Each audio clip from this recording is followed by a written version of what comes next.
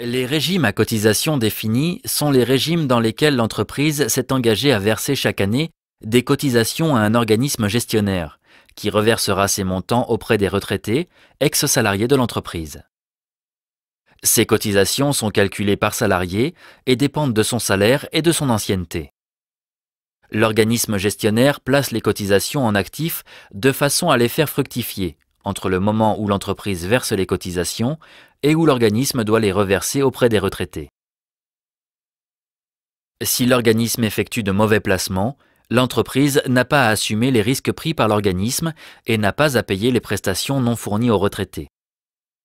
Dans la mesure où il n'y a pas de risque pour l'employeur, les cotisations versées sont comptabilisées en charge de l'année, tant en IFRS qu'en compte français.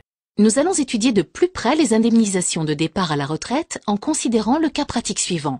La société Éole souhaite, à partir d'hypothèses émises, estimer le montant des engagements de retraite consistant à verser des indemnités de départ à la retraite à ses salariés.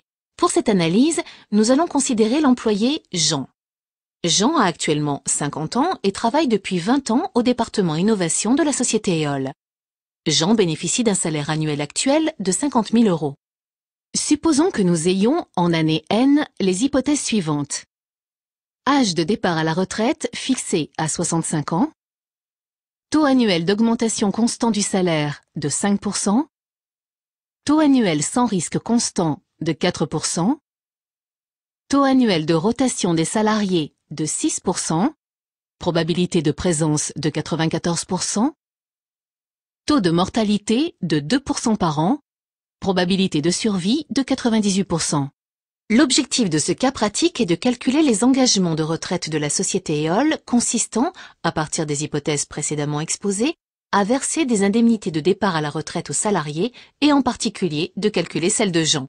Dans la suite, nous utiliserons l'abréviation IDR pour désigner les indemnités de départ à la retraite aux salariés. Le montant de l'indemnité de départ à la retraite est égal au produit des droits accumulés par les salariés, de la probabilité pour l'entreprise de verser ses prestations et de l'actualisation des prestations. Dans un premier temps, déterminons le montant des droits accumulés par les salariés. Le droit accumulé par les salariés est égal à 2% de l'ancienneté en année multiplié par le montant du dernier salaire annuel. Calculez dans un premier temps l'ancienneté future de Jean. Jean a 50 ans. L'âge de départ à la retraite étant fixé à 65 ans, l'ancienneté future de Jean est estimée à 15 ans. Jean a actuellement 20 ans d'ancienneté au sein de la société Éole. Ainsi, au moment de son départ en retraite, Jean aura 35 ans d'ancienneté.